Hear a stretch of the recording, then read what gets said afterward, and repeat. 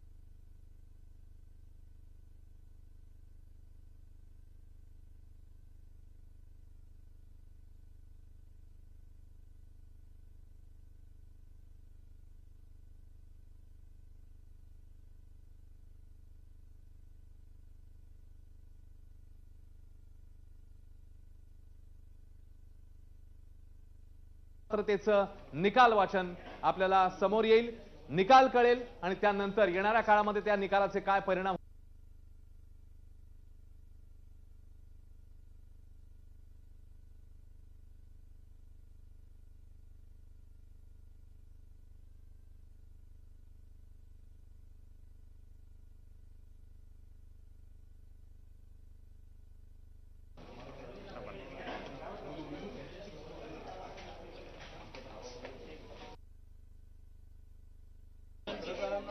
विधानसभा अध्यक्ष राहुल नार्वेकर हे आता बाहेर पडलेले आहेत. 39 मिनिटं 4 सेकंद उलटून गेलेली आहेत. 4:30 ची प्रस्तावित वेळ होती. 4:30 वाजता निकाल वाचन, अजूनही निकाल वाचन सुरू झालेलं नाहीये. पण एक मोठी अपडेट ती म्हणजे वकिलांसोबतची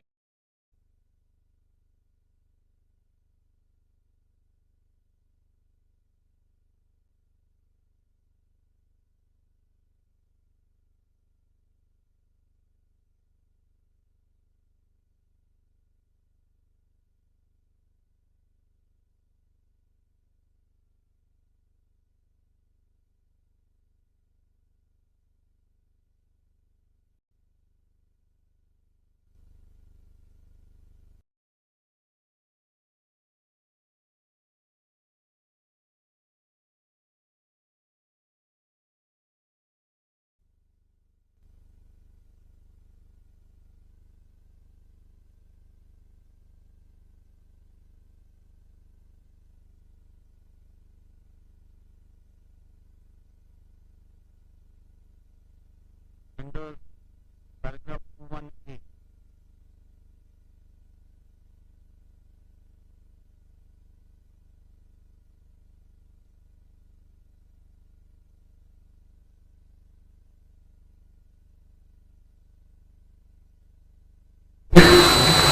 Under 21A, group number 4 consists of petition number 18, again filed by legislator belonging to the UBT faction.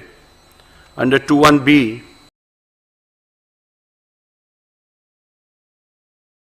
with regards to the speaker's election.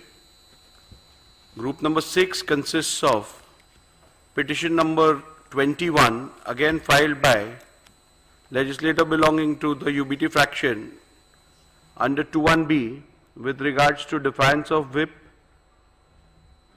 for the confidence motion. Group number 5 consists of petition number 22 to 24, which has been filed by legislator belonging to the Shinde faction under 21A and 21B. Group 2 consists of petition number 17, which has been filed against certain independents and members belonging to other parties under 2 subclause 2. So we shall, before I proceed with the judgment, pronouncement of the order, I would like to express my sincere gratitude towards the Honorable Supreme Court of India, which has provided an extremely guiding force by way of its order, whereby they have given a direction to the whole adjudication of the issues being decided in the proceedings today. Therefore, I would at the outset express my gratitude towards the Apex Court. At the same time, I would like to express acknowledgement and a big thank you to the staff of the state legislature who have assisted me and the paralegal assistance which I have received from them during the course of the conduct of these proceedings pertaining to disqualification. I would also like to appreciate the cooperation which I have got from counsels appearing on both the sides, and I shall now proceed with the pronouncement of the order. As we are aware that there are certain preliminary issues which are applicable to all the 5 groups out of the 6 groups, and therefore I shall first commence with my ruling on the preliminary issues which concern all the 5 groups. Thereafter, I shall pronounce the operative part of the orders concerning each group and the relevant and important paragraphs pertaining to each group. So we shall commence with group number 1.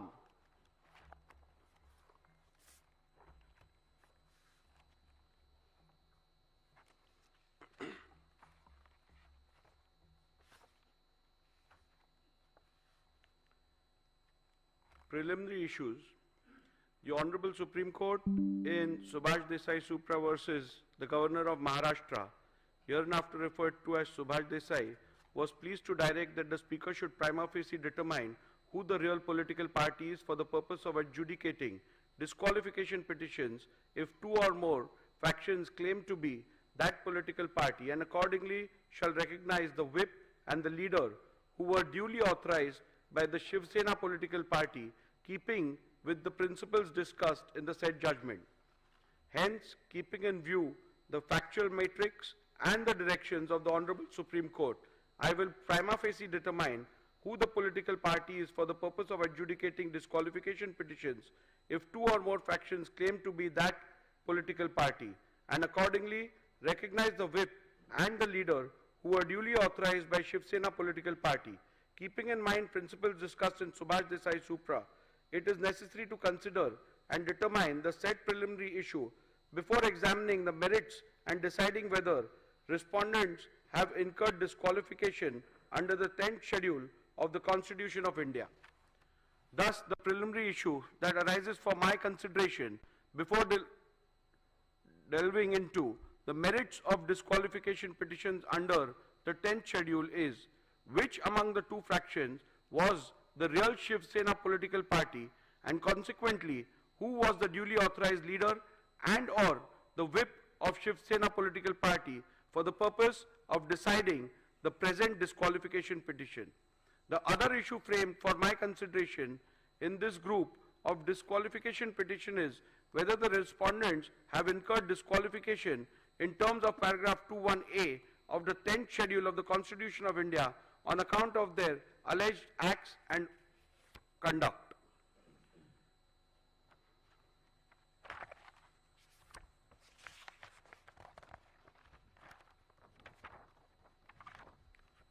Paragraph 84 deals with the principles which have been laid down by the Honorable Supreme Court. I am not going to read out those. Those are a part of my order. I'll come to paragraph number 85 now. Thus, what emerges from the principles laid down by the Honorable Apex Court in that the question of who the real political party is has to be considered and determined after giving due weightage to 1. The Constitution of Shiv Sena, 2. The leadership structure of the party, and 3. The legislative majority if 2 or more factions claim to be real political party. The question of who the real political party is hereinafter referred to as the preliminary issue. Since in these proceedings both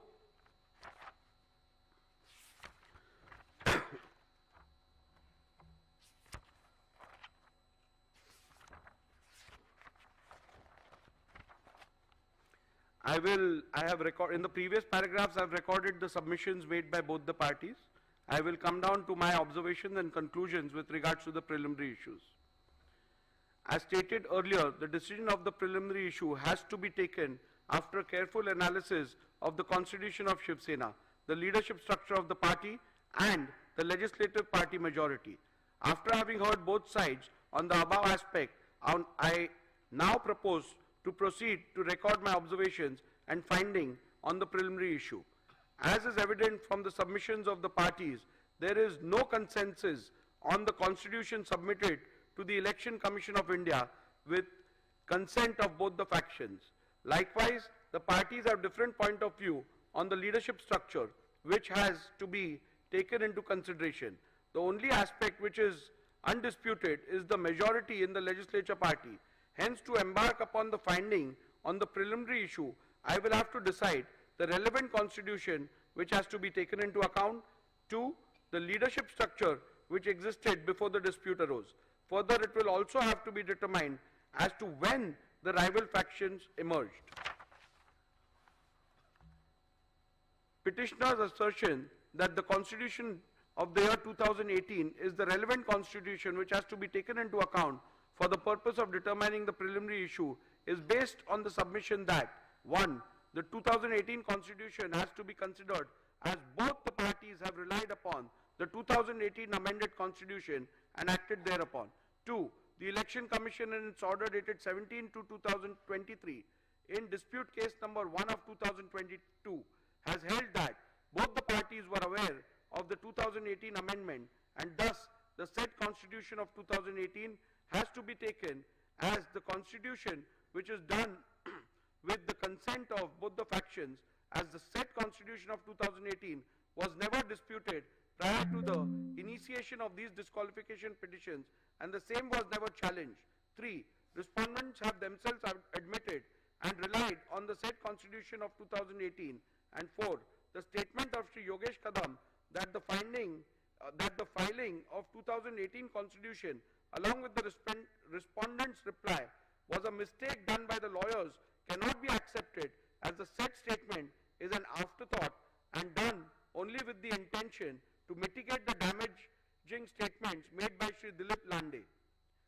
To the contrary, respondents have asserted that the constitution of the year 1999 has to be the one which has to be borne in mind, as according to the respondents, the constitution of the year 2018 was never submitted to the ECI.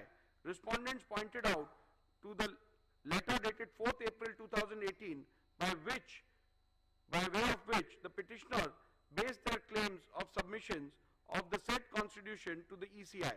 By pointing out to the same, respondents submitted that both the said letters do not mention anything about the purported amendments to the constitution or submission of the same thereof to the ECI. A similar claim was made with respect to the letter dated 27/2/2018 by Shri Uddhav Thackeray in the special leave petition number 3997 of 2022. However, in the said SLP, there was no mention about the existence of any such letter dated 4th April 2018. The word submitted appearing in paragraph 168 of Subhash Desai means submitted before the ECI, as is evident from the further part of the said paragraph, which the petitioner has conveniently ignored. The respondents have further submitted that 2018 constitution has been wrongly annexed as a document. The stand of the respondent on the 2018 constitution has always been that it is unconstitutional and was secretly manufactured by Shri Uddhav Thackeray in cahoots with Mr. Anil Desai. This stand has been specifically taken in the reply filed by Shri Eknath Shinde before the Honorable Supreme Court in SLP number 3997 of 2023, way back on 16/3/2023, much before filing of the replies before the Speaker in August 2023. Further, even the additional replies filed on 25/10/2023 in the present proceedings, the aforesaid petition has been reiterated by the respondents. After having considered the submissions advanced by both the parties on the question as to which is the relevant constitution for the purpose of determination of the preliminary issue, I have come to the following conclusion. A. As per the Honorable Apex Court, if both the factions have submitted different versions of the constitution of the party, then in that case, what has to be taken into account is the constitution which was submitted to the ECI with the consent of both parties before the rival factions emerged. Before recording further conclusions, I find it imperative to reiterate that pursuant to the initiation of these disqualifications, the Maharashtra Legislature Secretariat had vide letter dated 7 June 2023 requested the Office of the Election Commission of India to provide a copy of the party constitution / memorandum / rules and regulations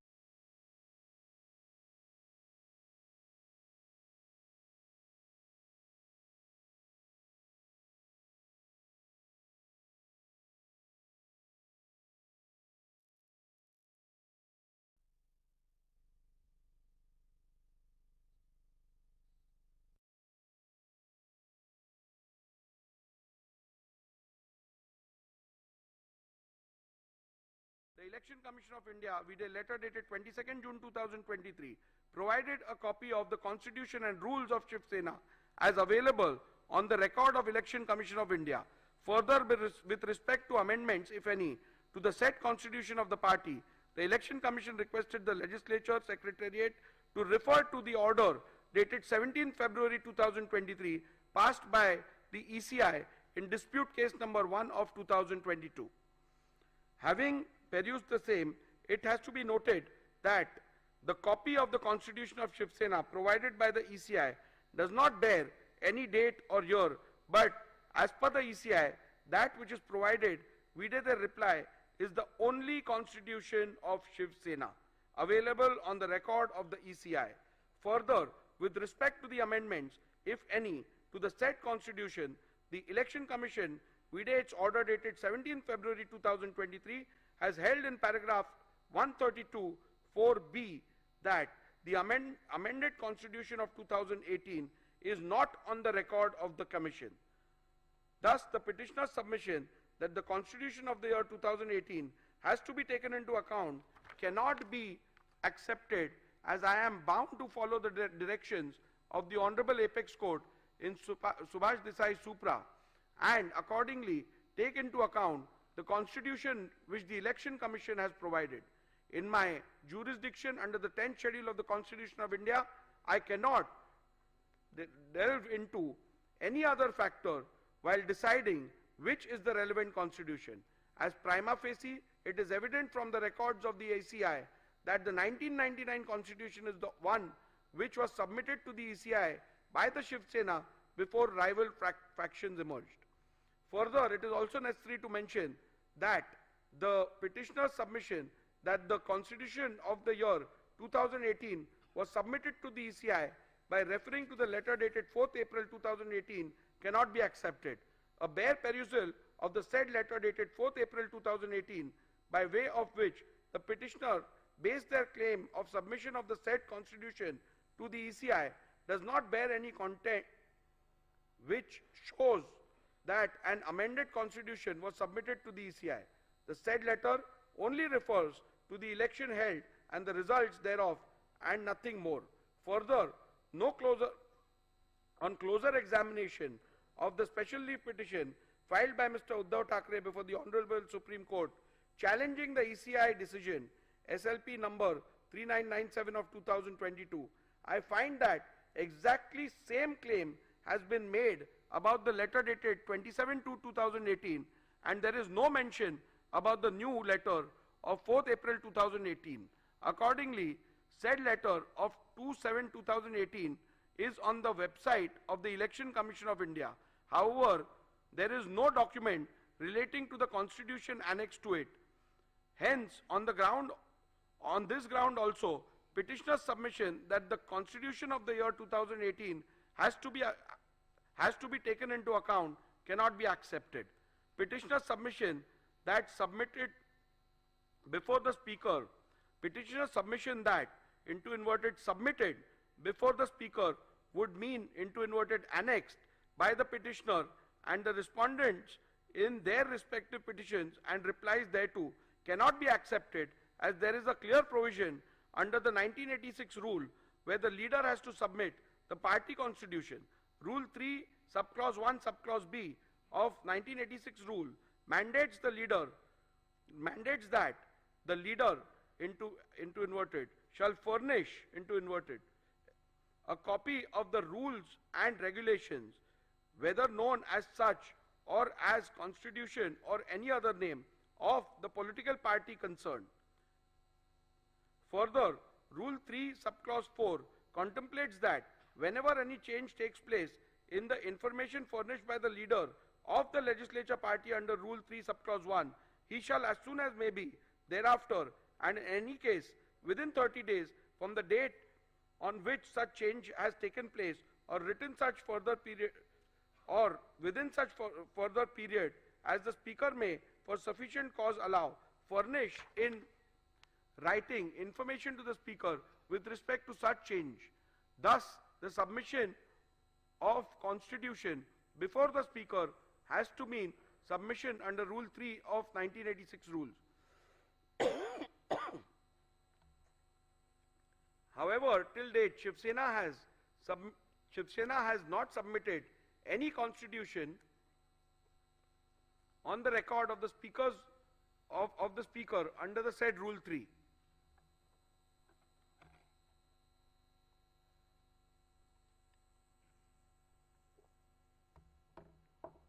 In view of the above observations and finding, I need not further analyze any other submission in this regard made by the parties, and I hold that the Constitution of Shivsena provided by Election Commission of India, VDA, letter dated 22nd June 2023, is the relevant Constitution of Shivsena for determination of the preliminary issue as to which faction is the real political party.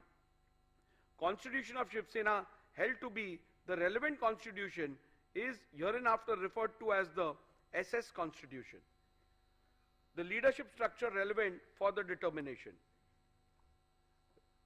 Learned Senior Advocate Mr. Kamath's submission that the leadership structure which is relevant for the purpose of deciding the preliminary issue is the leadership structure which is reflected in the communication dated 27 February 2018 and 4th April 2018 made to the Election Commission of India pursuant to the elections held on 23rd January 2018 is based on the petitioner's submission recorded in paragraph 89A to G herein above.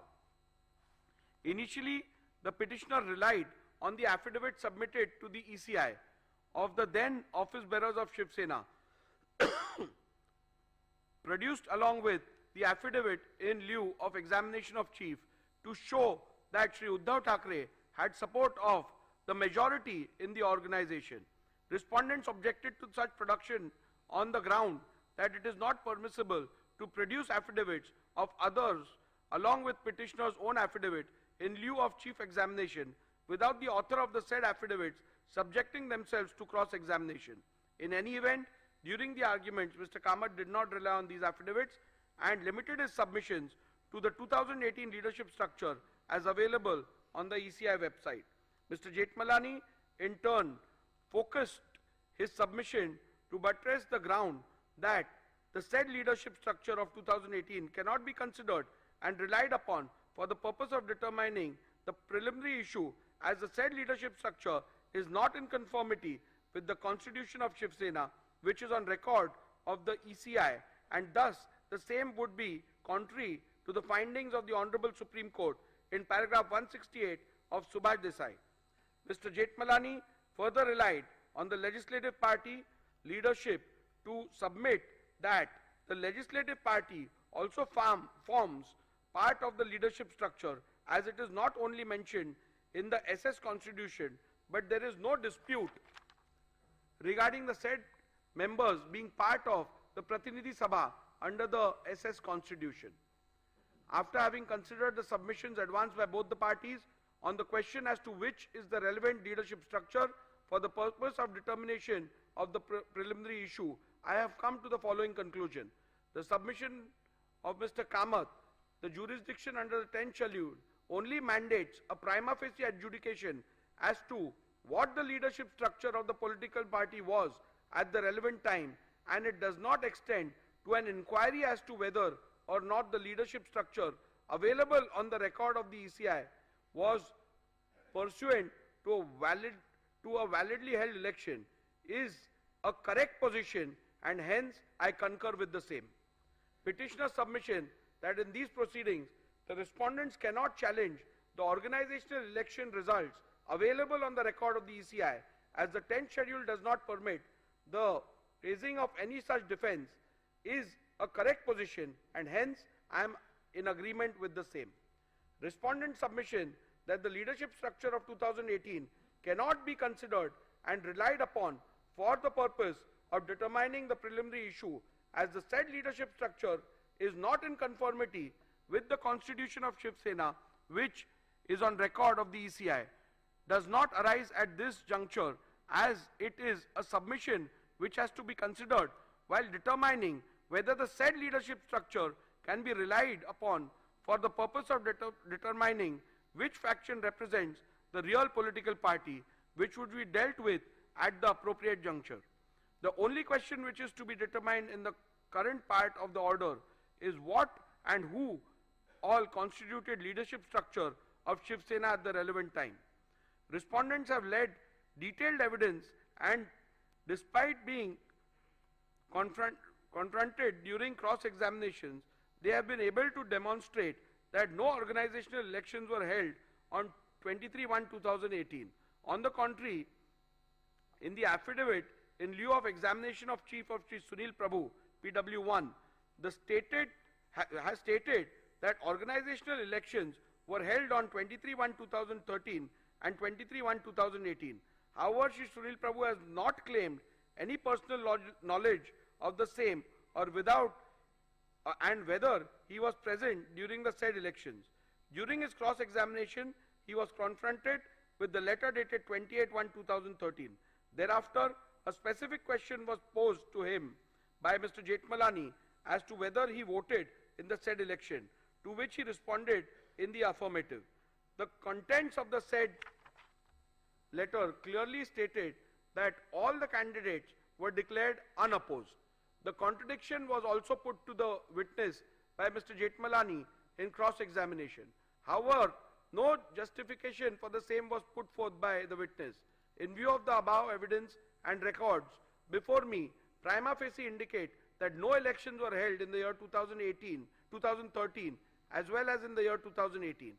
However, I, as the Speaker, exercising jurisdiction under the 10th schedule, has a limited jurisdiction and cannot go beyond the record of the ECI as available on the website, and hence I have not considered this aspect while determining the relevant leadership structure.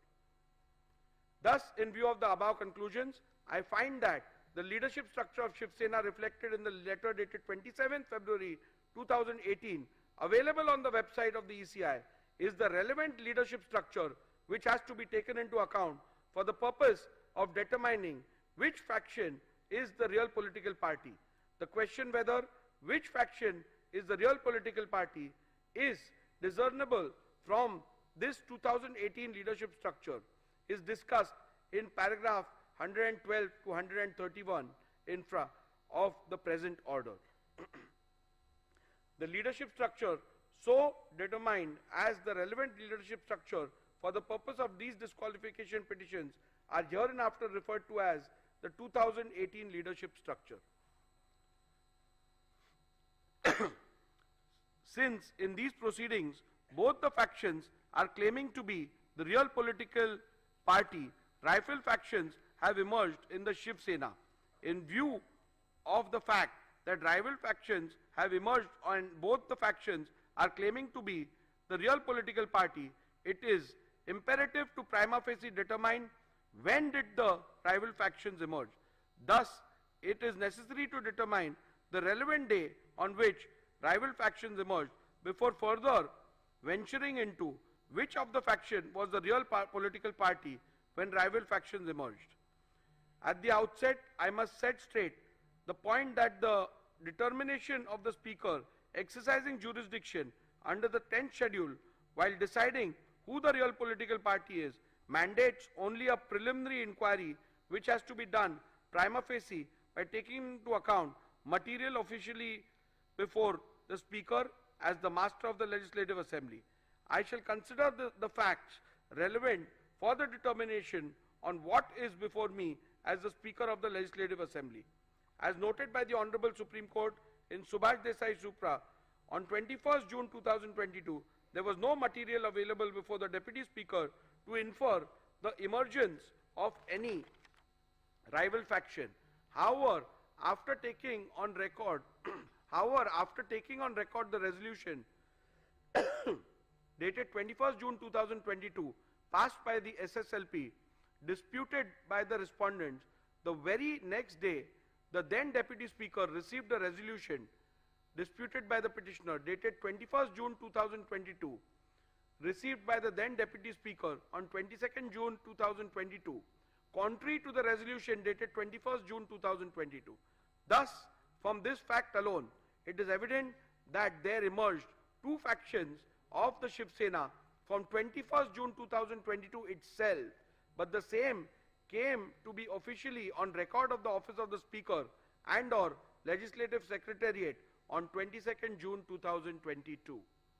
At this juncture, it is imperative to refer to paragraph 119 of Subhash Desai Supra, where the Honorable Apex Court, while discussing the legality of the recognition of leader and the whip of Shivsena, accorded by the letter dated 3rd July 2022, held that the Speaker ought to have taken into consideration the split that took place within the Shivsena, which were discernible from two sets of resolutions appointing two different leaders and whips placed on the record by Shivsena before the Legislature Secretariat.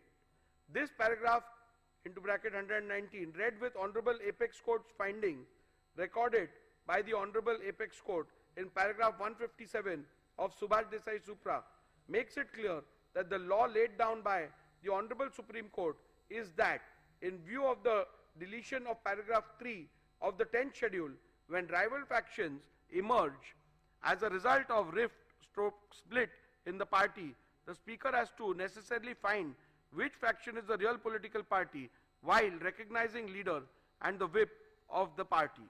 Thus, in view of the facts recorded in the preceding paragraphs and keeping in view the principles enumerated by the Honorable Supreme Court in Subhash Desai Supra as recorded in paragraph 84 herein above, I have come to the following conclusion that the emergence of the two factions of Shivsena can be inferred from 21st June 2022 itself, and the same came to be a matter of official record of the office of the Speaker and or the Legislature Secretariat on 22nd June 2022.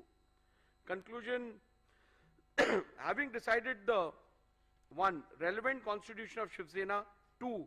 leadership structure, and 3. the relevant point for the purpose of determining the preliminary issue, I have made the following analysis, observations, and determinations on the preliminary issue of which faction was the real political party when two factions emerged.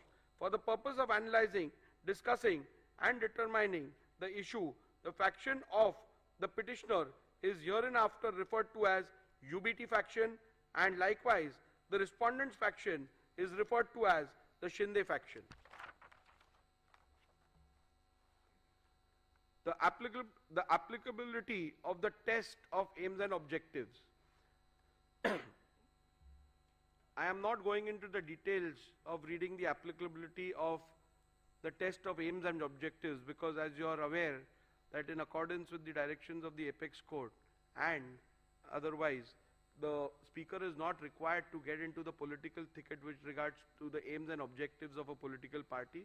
So I am restricting it to pronouncement, and you can have a look at it once you apply for the certified copy.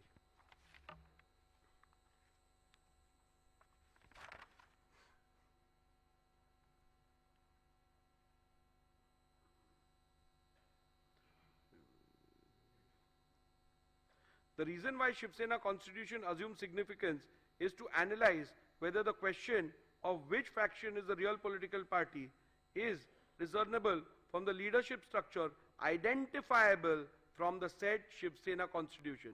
So the Shivsena constitution is relevant to the extent of identifying the leadership structure.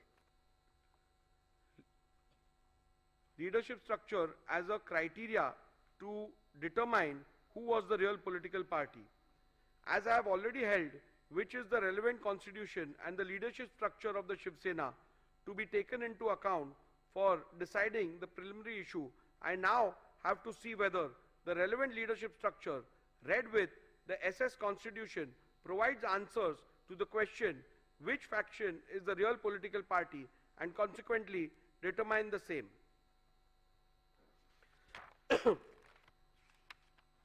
The UBT faction there are submissions made which have been recorded of both the sides, which are at paragraph 113 and 114 of my order. In view of the above recorded submissions of the parties, there emerges two further questions: whether 2018 leadership structure is in conformity with the constitution of Shivsena. Number 2, whether will all the Paksha whether will of the Paksha Pramukh and or majority leaders in the 2018 leadership structure could be said to be synonymous with the will of the political party. So we further have to derive get answers to two more questions. The primary one being whether 2018 leadership structure is in conformity as provided by the Constitution, and number two, whether the will of the Paksha Pramukh and or majority of the leaders reflects the will of the political party. As there are contrasting submissions on the question, it is necessary to peruse the SS Constitution and the 2018 leadership structure and then record a finding as to whether the 2018 leadership structure is in conformity with the Constitution of the Shivsena.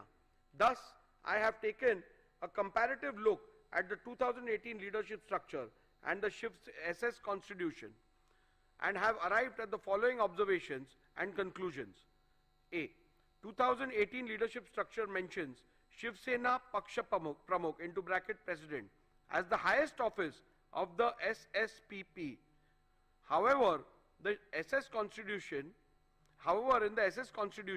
the highest office of the Shivsena political party is Shivsena Pramukh, but the said Constitution distinguishes highest office and the highest authority and provides that Rashtriya Karyakarni is the highest authority whose decision shall be final. Shivsena SS Constitution provides that the members of the Rashtriya Karyakarni shall be called as Shivsena leaders and provides for a total number of 19 members, out of which 14 are to be elected by the Pratinidhi Sabha and the rest of the 5 members are to be appointed by Shivsena Pramukh. However, the 2018 leader structure envisages only 13 members in the Rashtriya Karyakarni, out of which 19 are to be elected and the remaining 4 are to be appointed. SS Constitution provides for a total number of 21 deputy leaders, out of which 17 are to be elected by the Pratinidhi Sabha and the rest of the 4 members are to be appointed by Shivsena Pramukh. However, the 2018 leaders structure envisages 33 deputy leaders, out of which 21 are to be elected and the remaining 12 are to be appointed. The 2018 leadership structure provides for 3 categories of office bearers, vis-a-vis Secretary, Samanvayak and Sanghatak. However, the Constitution of Shivsena provides for 3 categories of office bearers, vis-a-vis President, Sarchitnis, General Secretary, Koshadhyaksha, Treasurer. From the observation recorded in the preceding paragraphs, it is evident that the 2018 leadership structure is not at all in conformity with the Constitution of Shivsena.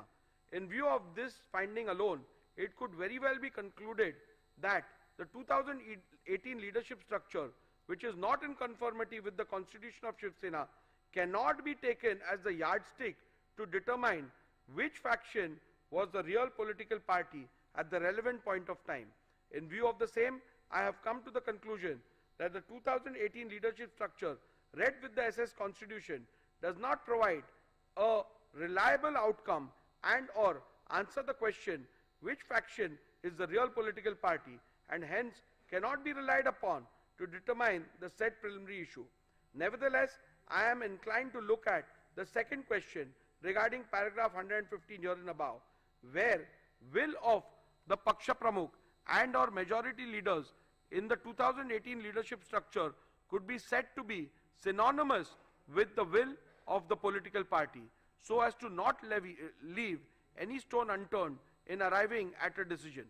The determination of this question arises out of the alternate submissions made by the UBT faction that the 2018 leadership structure has to be taken ex facie, and the determination of which faction was the real political party has to be solely based on the said leadership structure without a comparison of the said structure with the leadership structure provided for in the Constitution of the Shivsena. The said proposition would run counter to the principles laid down by the Honorable Apex Court in Subhash Desai Supra, where it was specifically provided that the leadership structure which has to be taken into consideration while determining the real political party has to be identifiable by the relevant constitution. Thus, although in the light of my finding on the preceding question, the aspect need not be looked into. However, I intend to look into the said aspect any which way, considering the gravity and importance of the dispute. Hence, following are my observations, findings, and conclusions on the said aspect.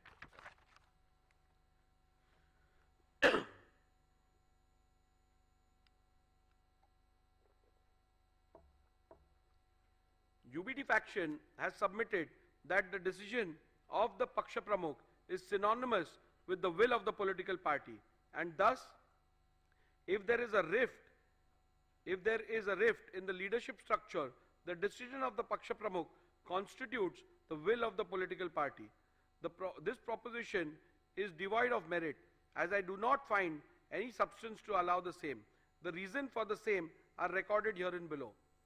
The proposition perhaps would have been a valid point if the party president was the sole repository of the decision making with respect of the policy and administration of the party. For analyzing the said submissions, a perusal of the SS Constitution was made.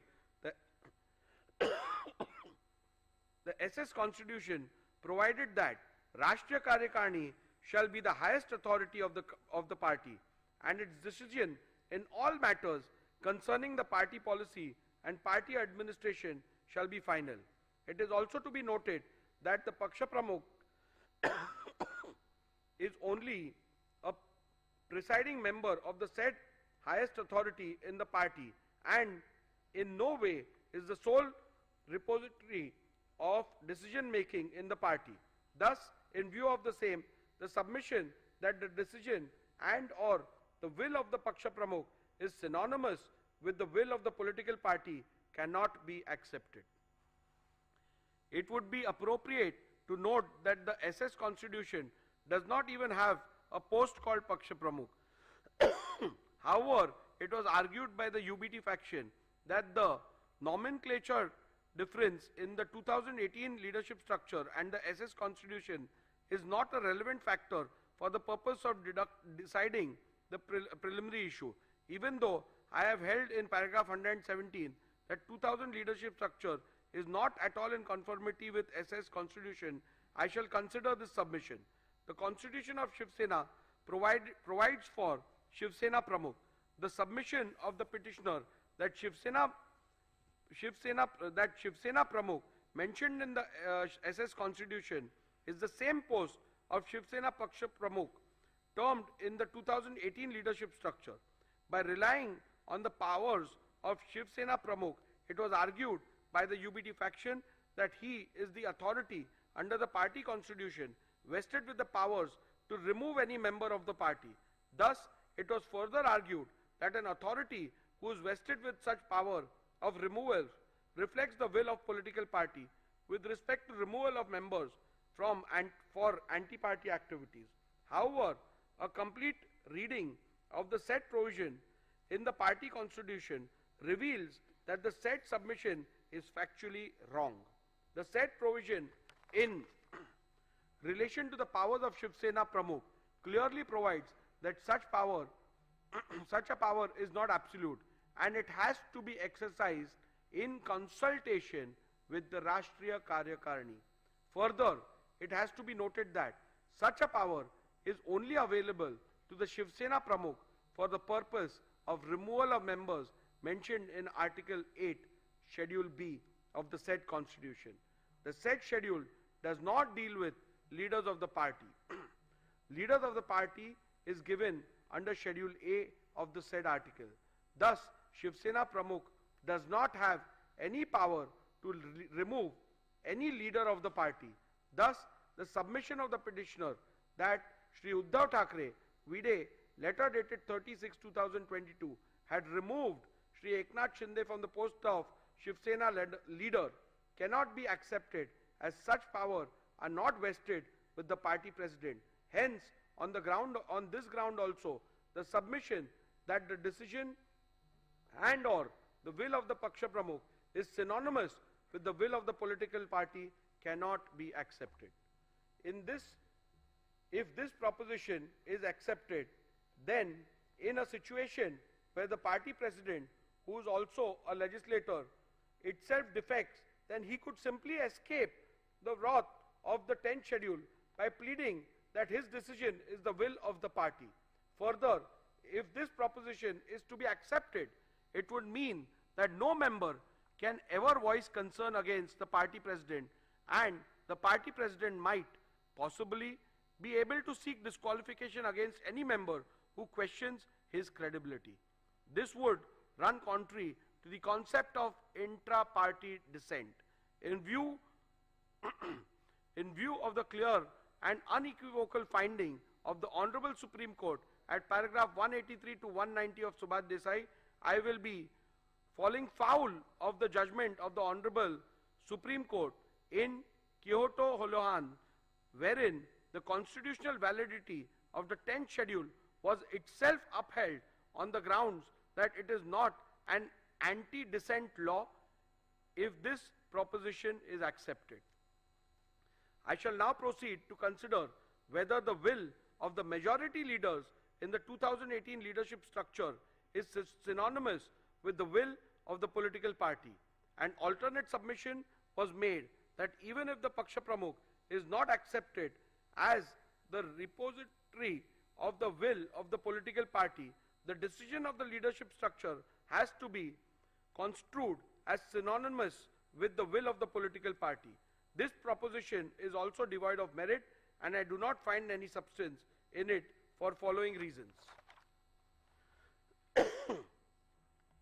In a circumstance where there is no dispute amongst the leaders identifiable by the constitution of a political party, the proposition would have held water. However, the factual matrix of the present matter is different. This is a matter where there is a dispute within the leadership structure itself. It is to be noted that in the present matter, rival factions have emerged in the legislature party, political party, and thus inevitably amongst leaders of the party as well. Thus, it would not be wise to apply this proposition in the present matter.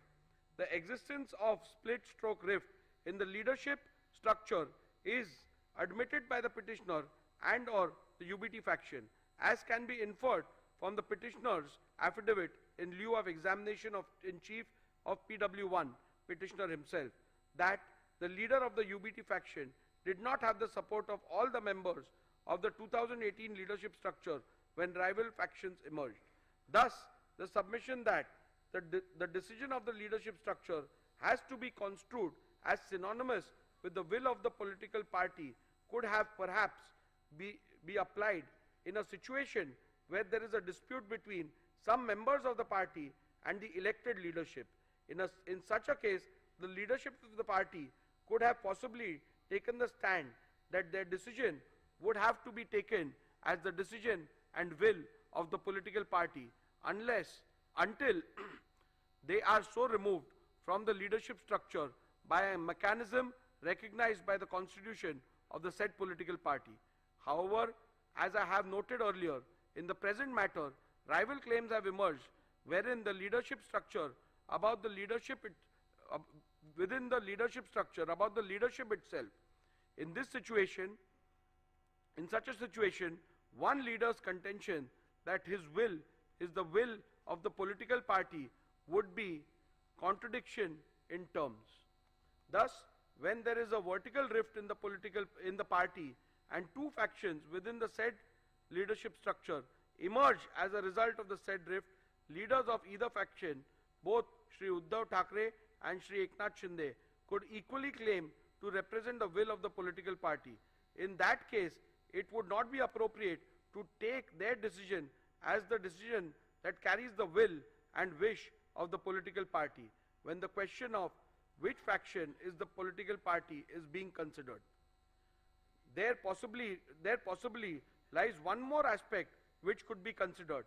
Does the stand-stroke decision of the majority members of the leaders within the leadership structure, identifiable and appointed according to the constitution of the political party, could be construed as the will and desire of the political party in the event there is a dispute within the leadership structure. For the purpose of answering this question, one must look into the constitution of the political party. In an event where the party constitution provides for a mechanism to resolve a conflict of decision within the leadership structure, then in that case it would have been a guiding factor.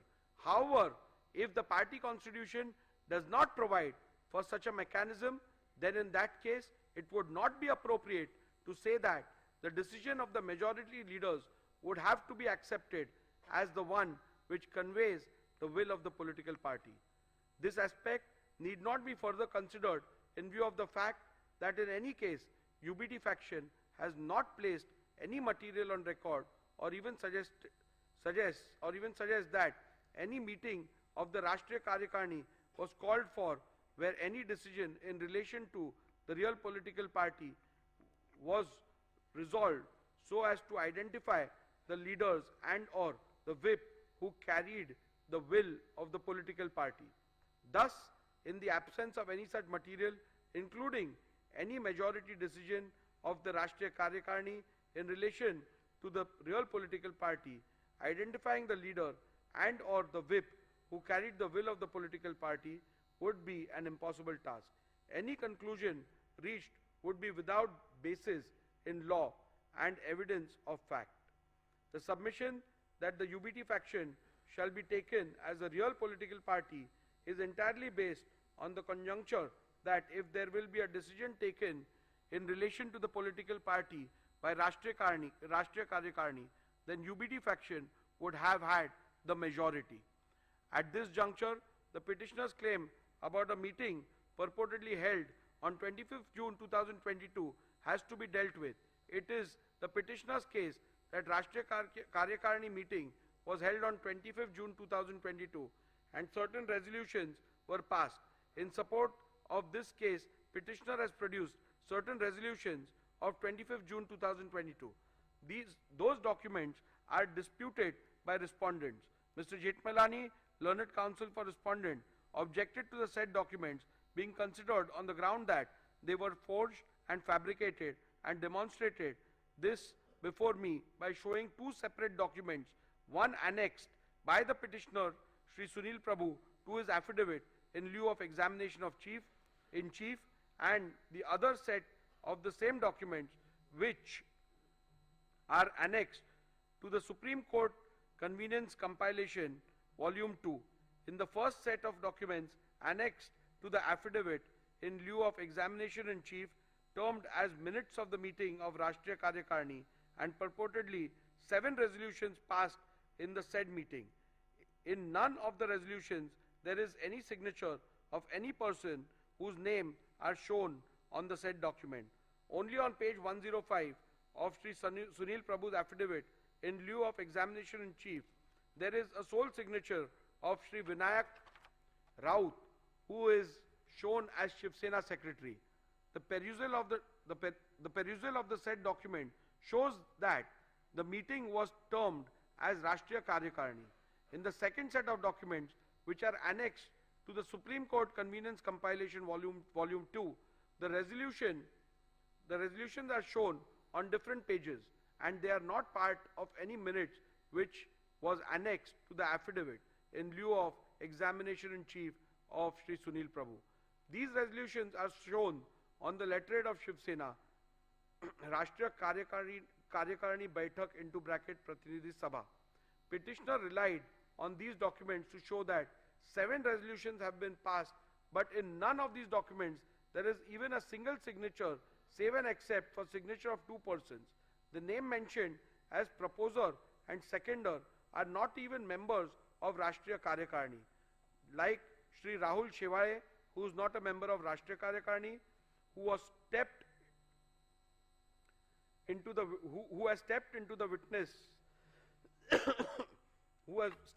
witnesses and led evidence that there was no such meeting. The same is the case with Shri Vinayak Raut and Shri Arvind Sawant. They are also not members of the said Rashtriya Karyakarni. The petitioner had claimed that the said meeting was held on 25/6/2022 at Sena Bhavan, whereas Shri Uddhav Thackeray claimed that the said meeting was held through video conference. This has been stated by Uddhav Thackeray in his submission before the Election Commission filed on 9/1/2023. This itself casts a doubt on the authenticity of the documents and holding of any such meeting of either Rashtriya Karyakarani or Pratinidhi Sabha. The petitioner himself is not sure whether it was Rashtriya Karyakarani or Pratinidhi Sabha. Thus, in view of the above said documents, the said documents cannot be permitted to be relied on. Petitioner suggests that a look into how the Shivsena settled conflict or decisions within the leadership structure in the past might shed some light into this. However, in the present matter, no such material are placed before me to even suggest such instances which happened in the past, where the majority decision within the leadership structure is taken as the will of the political party. It is to be also noted that the petitioner has neither placed nor provided any material to show that historically the decision of the majority within the leadership structure is taken to be the final decision of the political party whenever there was a conflict of decision within the leadership structure. Thus, for this reason also, it would not be appropriate and correct to accept the proposition that the decision of the majority leaders within the leadership structure would have to be accepted as one which conveys the will of the political party. As a passing note, I must also add that the majority rule possibly could have been applied in a normal situation where there is dissent in respect to some policy and or administrative decision of the party. However, such a simple rule stroke test shall not be applied to determine an essential question in existential question in relation to the political party, such as in the present matter, where which faction is the real political party is required to be determined. Thus, in view of the decisions recorded herein above, I am not inclined to accept submissions of the UBT faction that will of the majority leaders in the 2018 leadership structure is synonymous with the will of the political party. Thus, from paragraph 112 to 128, I have dealt with whether the relevant leadership structure read with the Shivsena Constitution, SS Constitution, provides answer to the question which faction is the real political party. In view of the same, I record my conclusion and finding thereon as under.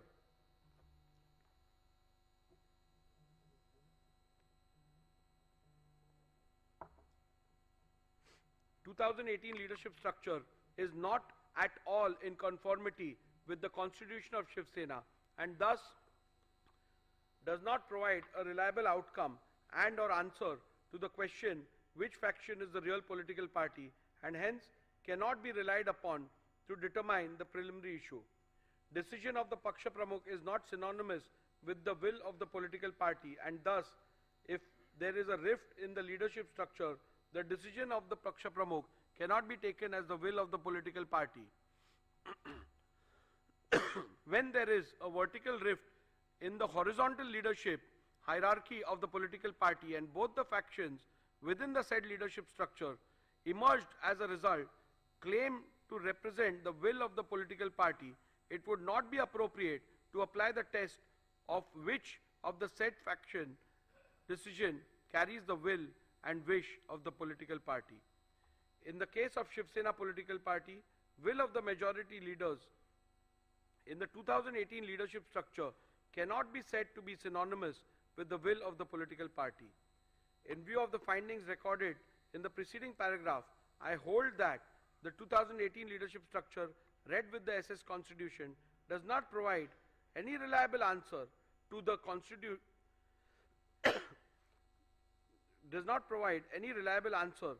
question which faction is the real political party and consequently the 2018 leadership structure cannot be yardstick to determine which faction is the real political party. With regards to the legislative majority, I am not going to spend much time because that question is rather clear.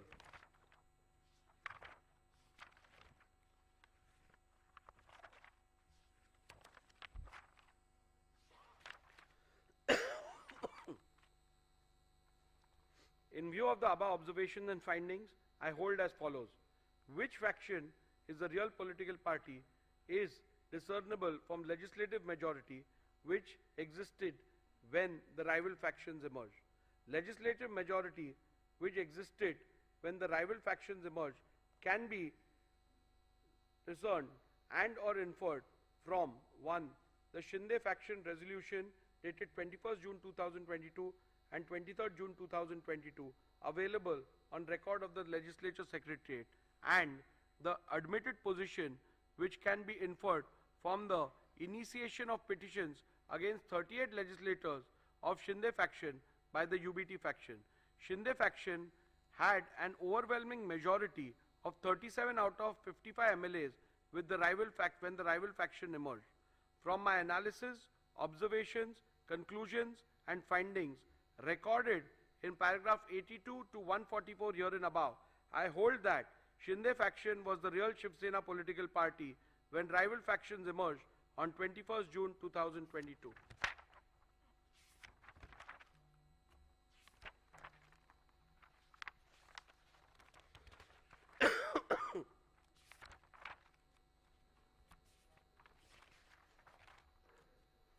In view of my findings that the Shinde faction was the real political party when the rival faction emerged, and that Shri Sunil Prabhu ceased to be the duly authorized whip from 21st June 2022, I further conclude that Shri Bharat Gogaole was validly appointed as the whip, as that was the reflection of the will of the Shivsena political party as on 21st June 2023.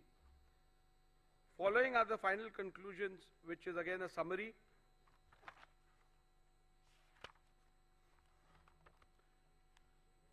Have the respondents incurred disqualification in terms of paragraph 21A of the 10th schedule of the Constitution on account of their acts, omissions and conduct?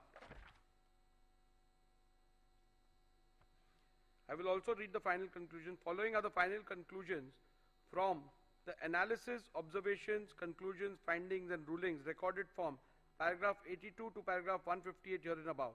I conclude as follows. Shinde faction was the real Shivsena political party when the rival factions emerged on 21st June 2022. Shri Sunil Prabhu ceased to be the duly authorized whip from 21st June 2022. Shri Bharat Gogaole was validly appointed as the whip of Shivsena political party on 21st June 2023. Shri Eknath Shinde was validly appointed as the leader of the Shivsena political party on 21st June 2023. Have the respondents incurred disqualification in terms of paragraph 21A of the 10th schedule of the Constitution on account of their acts, omissions and conduct? Petitioner has contended that the respondents are liable to be disqualified on various grounds. Both the petitioners and respondents' submission are recorded in section 2 herein above. The various grounds on which the petitioner based the plea for disqualification is dealt with, where the alleged conduct of the respondent is purportedly becoming totally incommunicado, attracts disqualification under paragraph 2(1)(a) of the 10th schedule. Whether the alleged conduct of the respondents in purportedly becoming totally incommunicado attracts disqualification under paragraph 2 subclause 1 subclause A of the 10th schedule. The first ground on which the petitioner sought disqualification of the respondents is that the respondents became incommunicado. The submission cannot be accepted and the respondents cannot be held to be disqualified on this ground for the following reasons. The ground is a mere allegation, and apart from mere assertion that the respondents have gone incommunicado, the petitioner has not put forth any evidence or material to substantiate it. For instance, the petitioner has not provided any material about who was sought to be contacted and by whom. When such an attempt was made, etc. A mere unsubstantiated statement that the legislators have gone incommunicado cannot even be a ground to attract disqualification under paragraph 21A of the 10th schedule. When rival factions emerge in a political party, especially within the leadership, it is possible for both the factions to allege that the other faction has gone incommunicado. In such a circumstance, especially in the light of the law laid down by the apex court in Subhash Desai Supra, it would not be correct to hold any faction to have incurred disqualification for going incommunicado without first determining which of the faction is the real political party, reflecting the will of the political party. Also, having held that the Shinde faction was the real political party when the rival factions emerged, the submission of the petitioner that the respondents have gone incommunicado ceases to hold any meaning for the purpose of disqualification. On the 20th of June 2022, elections for the Legislative Council were held. In his cross-examination, Shri Sunil Prabhu, PW1, stated that all the MLAs were present for the same. In the face of this evidence, it would not be possible to accept that the legislators had gone incommunicado. Respondents have placed that they have been in touch with the UBT faction. They substantiated it by stating that Shri Milind Narwekar and Shri Ravindra Phatak, MLC, of the UBT faction, had gone to Surat and met Shri Eknath Shinde and other respondents on 21st June 2022 on the instructions of Shri Uddhav Thackeray. This fact was not denied by the petitioner Shri Sunil Prabhu when a suggestion was put to him in the cross-examination. In fact, the petitioner admitted that Shri Milind Narwekar and Shri Ravindra Phatak, MLC, of the UBT faction had gone to Surat and met Shri Eknath Shinde and other respondents. Also, three of the witnesses for respondents have testified that Shri Milind Narwekar and Shri Ravindra Phatak, MLC, of the UBT faction had gone to Surat and met Shri Eknath Shinde and other respondents. On 21st June 2022, on the instructions of Shri Uddhav Thackeray, the testimony stood the test of cross-examination and the petitioner could not establish otherwise. Thus, on this count alone, or this count also, it would not be possible to accept the legislators were incommunicado, to accept that the legislators were incommunicado. Whether the deliberate absence of the respondent in the SSLP meetings purported to be held on 21st June 2022 attracts disqualification under paragraph 21A of the 10th schedule. The second ground on which the disqualification is sought is that the respondent deliberately remained absent in the SSLP meeting held on 21st June 2022. Petitioners relied on the attendance sheet register of the meeting dated 21st June 2022. After having considered the submission advanced on this ground, I hold that respondents cannot be held to be disqualified on this ground. In view of my conclusion that 1. The Shinde faction was the real political party when factions emerged, and 2. Shri Sunil Prabhu ceased to reflect the will of the political party from the moment the faction emerged. Thus, it would not be correct to say that Shri Sunil Prabhu had any authority to call any meeting of the SSLP. Hence, on this ground alone, petitioner's case that the respondents were liable to be disqualified for non-attendance of the meeting dated 21st June 2022 is liable to be rejected. Irrespective of the conclusion that may be reached about which faction was the real political party, respondents could not be held to be disqualified on the ground that they deliberately remained absent in the SSLP meeting held on 21st June 2022. This is because of the following reasons. Petitioner relied upon the attendance sheet of the 21st of June 2022 to claim that all those MLAs who were signed the said attendance sheet were present in the meeting, while those who did not sign were not present. Based on this document, the UBT faction claimed that respondents remained deliberately absent. a comparison of the original attendance sheet produced along with the affidavit in lieu of chief examination of the petitioner Shri Sunil Prabhu, PW1, with the copy of the attendance sheet produced and verified as a true copy along with the petition, reveals that the two do not match. There are glaring discrepancies. The copy claimed to be the original of the said attendance sheet has a handwritten date of 21st June 2022, whereas the copy verified as the true copy of the original produced along with the petition does not have it. Further, Shri Sunil Prabhu stated in his cross-examination that the documents relied as the attendance sheet was in fact a register of MLAs to whom the whip of 21st June 2022 was served and received. So, facts show: 1. There are glaring discrepancies in the said attendance sheet. 2. The statements of Shri Sunil Prabhu shows the document relied upon as attendance sheet of MLA present on 21st June 2022 is in fact a register of service and receipt of the whip dated 21st June 2022 of the MLAs. Thus, the said document is unreliable and cannot be taken as proof of non-attendance of respondents in the meeting held on 21st June 2022. Hence, on this count as well, petitioner's case that the respondents are liable to be disqualified for non-attendance of the meeting dated 21st June 2022 has to be rejected. Further, all the respondents have denied the receipt of any whip for attending the meeting on 21st June 2022. Countering this, petitioner Shri Sunil Prabhu in his affidavit in lieu of examination in chief stated that the whip for 21st June 2022 meeting was sent via WhatsApp by Shri Manoj Harishchandra Chaugle to Shri Prabhakar Kaye, PA of Shri Eknath Shinde. In the cross-examination of Shri Sunil Prabhu stated that the whip was sent via WhatsApp to all the respondents, who according to him were not traceable. However, petitioner has not offered any statement or any material to even suggest that such WhatsApp messages were sent to other respondents.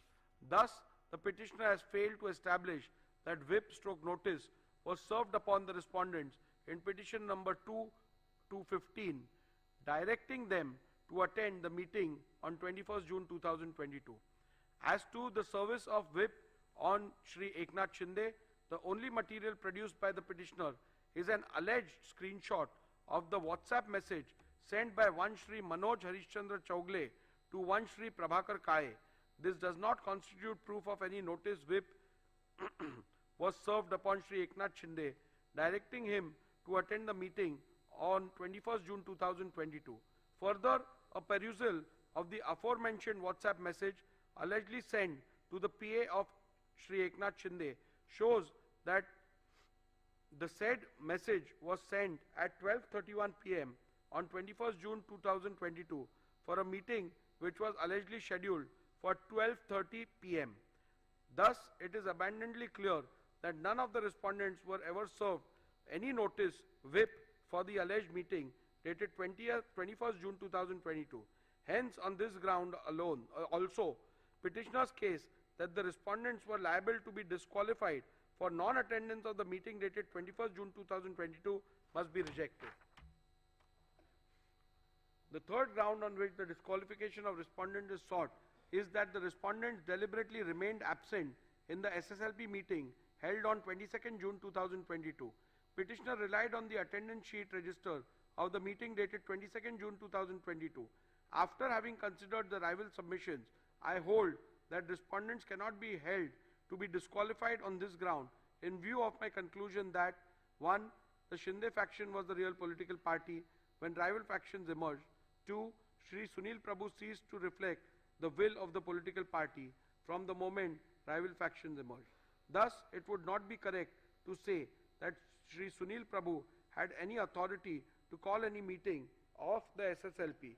Hence, on this ground alone, petitioner's case that the respondents were liable to be disqualified for non-attendance of the meeting dated 22nd June 2022 must be rejected. Again, even if I was to take different view about which faction was the real political party, still the respondents could not have been held disqualified on the grounds that respondent deliberately remained absent in the SSLP meeting held on 22nd June 2022 for the following reasons. I am unable to accept the petitioner's submission that non-attendance of the SSLP meeting would make the respondents liable to be disqualified under paragraph 2, 1A of the 10th schedule. I am of the view that non-attendance of party meetings, including legislature party meetings, would not attract disqualification under paragraph 2, 1A of the 10th schedule of the Constitution. Such an action cannot indicate that the members have voluntarily given up his membership of the political party. Not attending party meeting and voicing a difference of opinion outside the House are matters between the members and his party and have nothing to do with clause 2(1)(a) of the 10th schedule. Non-attendance of the meeting can at the most be termed as an act of dissent within the party. If viewed as a form of expression, it would be protected by freedom of speech and expression, which includes dissent and is not only an integral part of fundamental rights under Article 14, 19 and 21 of the Constitution, but is an aspect of the basic structure of the Constitution also. Therefore, even if the alleged non-attendance is seen as an expression of dissatisfaction, it cannot be treated as conduct attracting disqualification within the purview of paragraph 2(1)(a) of the 10th schedule. Further, I find the petitioner's reliance on Shriman Bayasaheb Patil versus Karnataka Legislative Assembly 2020 2 SCC 595 is misplaced, as in that matter the disqualification was not only on the grounds of non-attendance of a party meeting but was found to attract disqualification when considered with the surrounding circumstances, such as non-attendance of the assembly session along with non-attendance of meetings. Petitioner relied upon the attendance sheet of the 22nd June 2022 to claim that all those MLAs who had signed the said attendance sheet were present in the meeting, while those who did not sign were not present. Based on this document, UBD faction claimed that respondents remained deliberately absent. A comparison of the original attendance sheet produced along with the affidavit in lieu of chief examination of the petitioner Shri Sunil Prabhu PW1 with the copy of the attendance sheet produced and verified as a true copy along with the petition reveals that the two do not match. There are glaring discrepancies. The copy claimed to be the original of the said attendance sheet has a handwritten portion on top in which it is not which is not present in the copy annexed to the petition, verified as the true copy of the original. The original of the said attendance sheet has 17 signatures, and in the copy annexed in the petition, verified as true copy of the original, has only 15 signatures. Thus, glaring discrepancies in the said attendance sheet makes the said document unreliable and hence cannot be taken as proof of deliberate non-attendance of respondents in the meeting held on 22nd June 2022. Hence, on this count as well, petitioner's case that the respondents are liable to be disqualified for non-attendance of the meeting dated 22nd June 2022 is liable to be rejected. In view of my conclusions reached above and the findings that the Shinde faction was the real political party when rival factions emerged, it would not be correct to say that respondents have incurred disqualification under paragraph 2(1)(a) and the 10th schedule by passing the resolution dated 21st June 2022. Hence, on this ground alone, petitioner's case that the respondents are liable to be disqualified for passing the resolution dated 21st June 2022 must be rejected. The next ground on which disqualification of respondents is sought is that the respondents acted in concert with BJP. This ground is a mere allegation, and apart from the mere statement that the respondents have acted in concert with the BJP, the petitioner has not provided any material to substantiate the same. Thus, a bald, unsustained statement that the legislators have acted in concert with the BJP cannot be a ground to attract disqualification under paragraph 21A of the 10th schedule. The next ground on which the petitioner seeks the respondents' disqualification is that they made anti-party, anti-coalition statements. Again, this ground is a mere allegation, and apart from a mere statement that the respondents have made anti-party, anti-coalition statements, the petitioner has not provided any material to substantiate the same. Newspaper/media reports relied on the petitioner cannot be taken as conclusive evidence of anti-party activities. It can at the most only be only considered hearsay. Thus, a mere unsubstantiated statement cannot be ground to attract disqualification under paragraph 21A of the 10th schedule.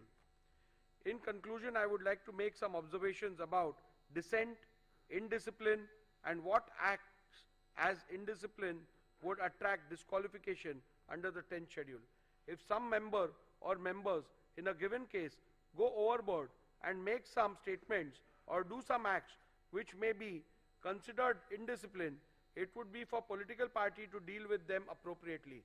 Looking at the degree and gravity of the indiscipline, the concerned member may be censored, admonished, or reprimanded, or given a mere extreme punishment such as suspension or expulsion from the party as may be warranted by party rules. The 10th schedule is not intended as a device to be used for imposing intra-party discipline, much less for administering the party. No party leadership can use the provisions of the 10th schedule as a deterrent to stifle the collective dissent of large number of members by threatening them with disqualification under the 10th schedule. In a given case, when a tussle for leadership arises between leaders in a political party, the elected members, as indeed the common party workers, usually cannot remain mute onlookers. They are compelled to choose sides. Wherever whatever else may be the consequences of this action or inaction, the parties cannot expect that the high office of the speaker can be used to eradicate opposition or quell dissent in party ranks by employing the mechanism of the 10th schedule. In any case, the speaker has no role to play in this game of political tussle between warring party leaders. The speaker merely goes to the letter of the law and the spirit behind introduction of penal consequences in the 10th schedule, which in my considered view is to preserve the democratic foundations of the legislature or the parliament. I must keep in mind this object underlying the 10th schedule and ensure that the dispute falls within the provisions of paragraph 21A and B, and that his powers are not sought to be invoked with ulterior motives for party gain. In view of my conclusions and findings recorded herein above, petition number 1 to 16 of 2022 are hereby dismissed.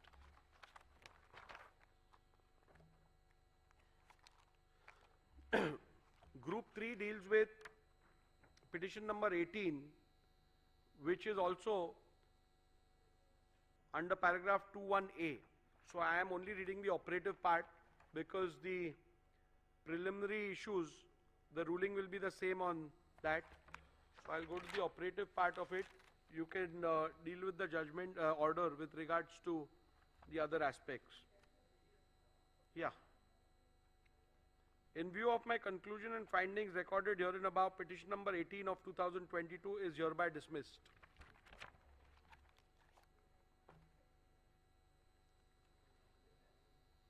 Group 4, petition number 19, which is filed by legislator belonging to the UBT faction under 21B, challenging the defiance of whip in the speaker's election.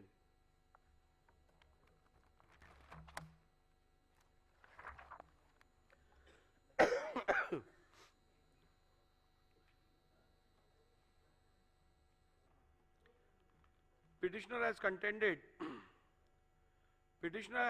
contended that the respondents are liable to be disqualified on various grounds. Both the petitioners and respondents' submission are recorded in section 2 herein above. However, the prayer for disqualification in the present petition is restricted to the alleged violation of whip dated 2nd July, allegedly issued by the petitioner in respect of the election of the speaker held on 3rd July 2022. Other amendments are all repetitions of submissions in petition number 1 to 16 and petition number 18 of 2022. Thus, my finding thereof may be read and referred to in respect of the amendments under paragraph 2, subclause 1, subclause A of the 10th schedule. Thus, the only ground on which the petitioner sought disqualification of respondent is that the respondent has violated the whip dated 2nd July, allegedly issued by the petitioner in respect of election of the speaker held on 3rd July 2022. This submission cannot be accepted and the respondents cannot be held to be disqualified in view of my conclusion in respect of the real political party that the Shinde faction was the real political party when the rival faction emerged, and Sri Sunil Prabhu ceased to reflect the will of the political party from the moment rival factions emerged. Thus, it would not be correct to say that Sri Sunil Prabhu has any authority to issue any whip on 2nd June 2022. Hence, on this ground alone, petitioner's case that the respondents are liable to be disqualified for violation of whip dated 2nd July 2022 must be rejected. Irrespective of any conclusion that may be reached about which faction was the real political party, respondents could not be held to be disqualified on the ground that they violated the whip dated 2nd July 2022. This is because of the reasons recorded herein below. The petitioner has failed to prove the service of whip dated 2nd July 2022. Petitioner Sri Sunil Prabhu PW1 in his affidavit in lieu of examination in chief deposed that the whips dated 2nd July 2022 were sent by email to the email address of the respondents. He stated that Sri Vijay Joshi, an employee working in the Shivsena Vidhimandal Karyalay, Vidhan Bhavan, was instructed to send the whip. He further deposed that 2 whips dated 2nd July 2022 were sent by Sri Vijay Joshi to the respondents in disqualification petition number 19 and 21 of 2022. We did 3 emails dated 2nd July 2022. The said emails were produced along with the affidavit in lieu of evidence in chief. He further stated that email addresses of the respondents were taken from the email addresses mentioned in the official list of members of Maharashtra Legislative Assembly 2023 or as mentioned in a list furnished by the advocates for the respondents. We did the email dated 21st September 2023. Shri Vijay Joshi, PW2, specifically filed affidavits in lieu of examination of chief and deposed that he was working in the Shivsena Vidhimandal Karyalay, Vidhan Bhavan, in June 2022 and on instructions of Shri Sunil Prabhu sent 2 whips dated 2nd July 2022 to the MLA of Shivsena Legislature Party. We did 3 emails. He produced printouts of emails dated 2nd July 2022 along with whip dated 2nd July 2022. However, during the cross-examination of Shri Vijay Joshi, PW2, he deposed that one computer operator printed the whip dated 2nd June 2022 and he along with 2 peons distributed the whip to all the legislators of Shivsena. Further, he also deposed during cross-examination that acknowledgements were taken. Thus, the witness who was specifically brought to depose in respect of the service of whip dated 2nd July 2022 made extremely contradictory statements in the affidavit in lieu of examination in chief and during cross-examination. Further, it is to be also noted that the acknowledgement talked about by Shri Vijay Joshi, PW2, were never brought on record. Coupled with the above facts, respondents have demonstrated how some of the email IDs in the printout of the email produced by Shri Vijay Joshi are wrong. In view of the above, I hold that petitioner has not been able to establish the service of whip dated 2nd July 2022, and thus petitioner's case that the respondents were liable to be disqualified for violation of whip dated 2nd July 2022 must be rejected. Rule 3 subclause 5 of the members of Maharashtra Legislative Assembly disqualification on the grounds of defection rule 1986 provides that where a member belonging to any political party votes or abstains from voting in the assembly contrary to the directions issued by such political party or by any person or authority authorized by it in this behalf without obtaining in either case the prior permission of such political party, person or authority, the leader of the legislative party concerned, or shall as soon as may be thereafter and in any case within 30 days from the date of such voting or abstention inform the speaker as in form 2 whether such voting or abstention has or has not been condoned by such political party, persons or authority. From the record of the Legislature Secretariat, it is seen that the petitioner and or UBD faction has not complied with this rule.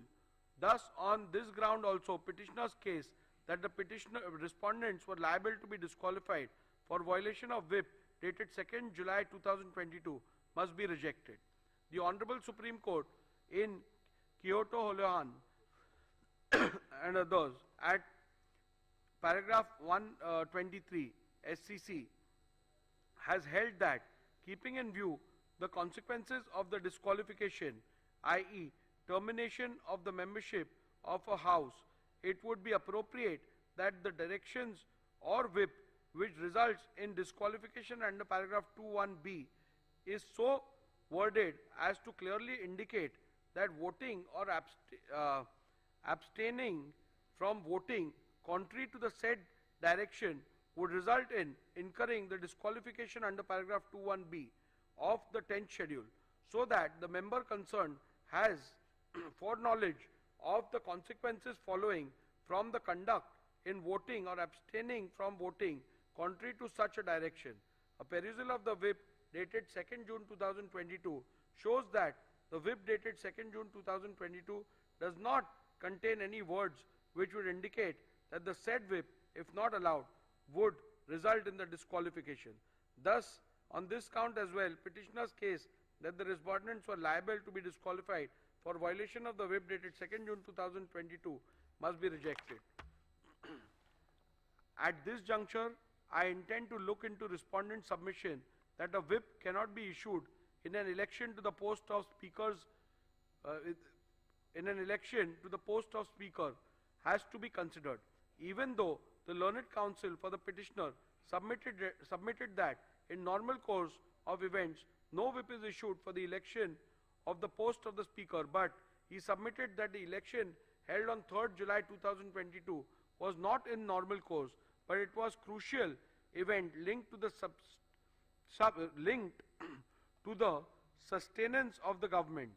Petitioner further submitted that in any election where a candidate has been set up by the political party, then in that case the directions of the political party are binding on the legislator in important elections.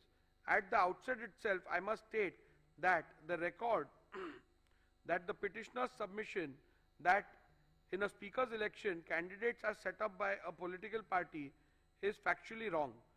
As a convention, the candidates are not usually seen as candidates set up by political party. In the present case also, Sri Rajan Salvi was not set up as a candidate of Shivsena, but his notice of nomination was moved by a legislator affiliated to the NCP, and seconded by legislator affiliated to the INC.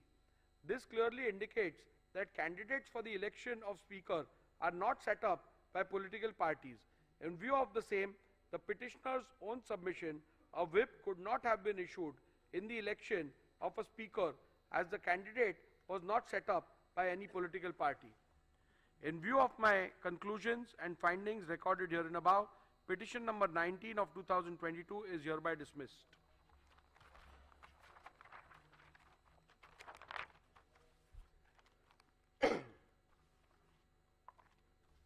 Petition number Group 6, which consists of petition number 21, again filed by a legislator belonging to the UBT faction, under 2(1)(b) for defiance of whip issued during the confidence motion. I will only read the operative part and you can refer to the judgment for the details. The preliminary issue has already been decided in the previous orders, so that will apply to this as well. In view of my conclusions and findings recorded herein above, petition number 21 of 2022 is hereby dismissed.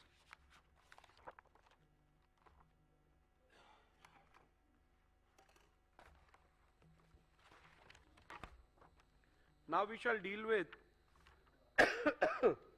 Group 5, being petition number 22 to 24, which have been filed by legislator belonging to the Shinde faction under paragraph 2(1)(a) and paragraph 2(1)(b) of the 10th schedule of the Constitution of India.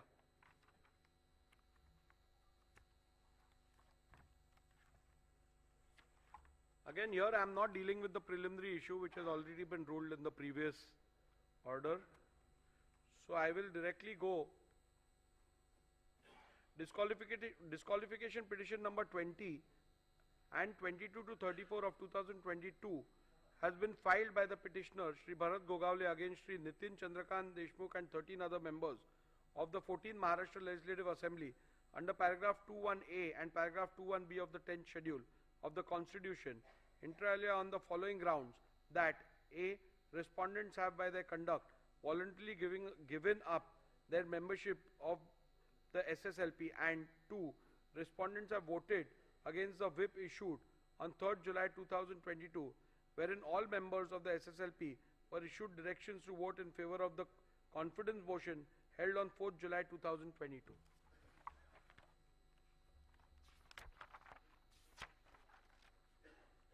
I'll straight away go to my analysis, observations and findings. The issue as to which faction was the real political party when the rival factions emerged and who was the duly authorized whip and the leader has been extensively discussed and decided in disqualification petition 1 to 16, group number 1. Since the genesis of both this group and the said group is the same, the preliminary issue is common. Thus, the said decision on preliminary issue decided in disqualification petition number 1 to 16 of 2022 be read as the decision hereunder. Petitioner has contended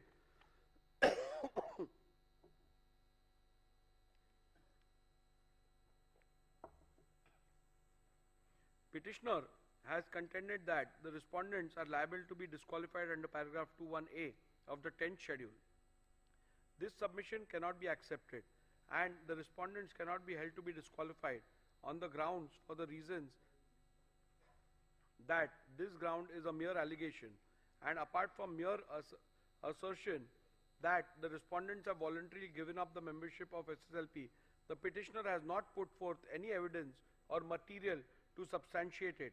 A mere unsubstantiated statement that the legislators have voluntarily given up the membership cannot be a ground to attract disqualification under paragraph 2(1)(a) of the 10th schedule. I have perused my record as well as a copy of the whip issued by the petitioner, which is signed by the petitioner as Chief Whip and Shri Eknath Shinde as the leader of the legislature party. Though the petitioner tried to show that the said whip was served and delivered on the respondents, the petitioner has failed to prove the service of the whip on each and every MLA of Shivsena.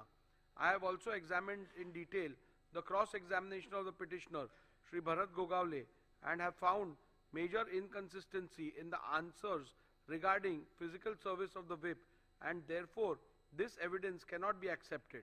Insofar as delivery by WhatsApp is concerned, the same also was produced on the last day of the evidence despite ample opportunity for the same.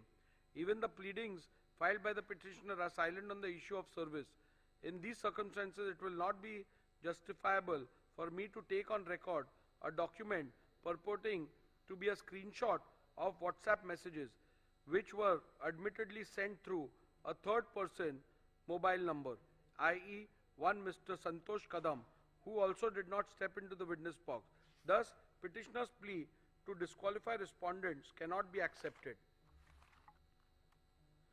The Honorable Supreme Court in Kyoto Hulyan at paragraph 123 SCC has held that, keeping in view the consequences of the disqualification, termination of the membership of a house, it would be appropriate that the decision of whip which results in such disqualification under paragraph 21b is so worded as to clearly indicate that voting or abstaining from voting contrary to the said directions would result in incurring the disqualification under paragraph 21b of the 10th schedule, so that the member concerned has foreknowledge of the consequences following from his conduct in voting or abstaining from voting contrary to such a direction. A perusal of the whip dated 3rd July 2022 shows that it does not contain any words which would indicate that the said whip, if not allowed, would result in disqualification. Thus, on this count as well, the petitioner's case that the respondents are liable to be disqualified for violation of whip dated 3rd July 2022 must be rejected. Rule 3 subclause 5 of members of Maharashtra Legislative Assembly, disqualification on grounds of defection rule 1986, provides that where a member belonging to any political party votes or abstains from voting in the assembly contrary to any directions issued by such political party or by any person or authority authorized by it in this behalf, without obtaining in either case the prior permission of such political party, person or authority, the leader of the legislature party concerned, or shall as soon as may be thereafter and in any case within 30 days from the date of such voting or abstinence, inform the speaker as in form 2 whether such voting or abstinence has or has not been condoned by such political party, person or authority. From the records of the legislature secretariat, it is seen that the petitioner has not complied with this rule. Thus, on this ground also, petitioner's case that the respondents are liable to be disqualified for violation of whip dated 2nd July 2022 must be rejected. In view of my conclusion, the findings recorded herein above, petition number 20 and 22 to 34 of 2022 are hereby dismissed.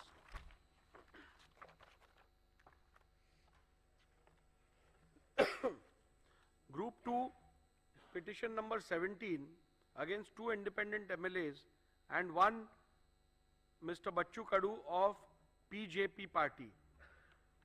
The same are dismissed.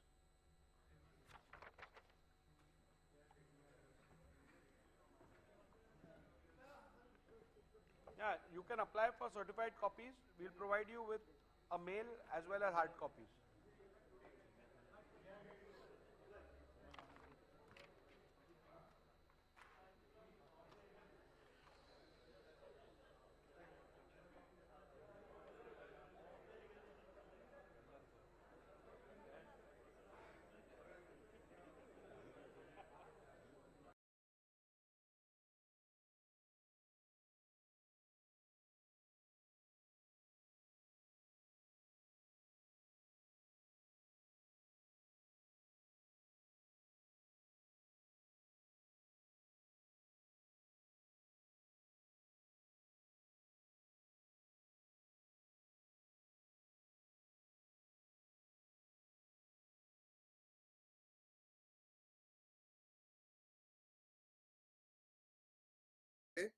118 क्रमांकाचं जे observation supreme कोर्टाने paragraph 118 मध्ये दिलेलं आहे ते foul आहे. आता मी ते 118 number मध्ये ते फाऊल आहे असं त्यांचं विधानसभा अध्यक्षांचं म्हणणं आहे. म्हणजे दुसरी पिढी आहे जी ज्युडिशियरीमध्ये काम करते चंद्रचूडांची, आणि चंद्रचूड स्वतः आता 58व्या वर्षी रिटायर होतील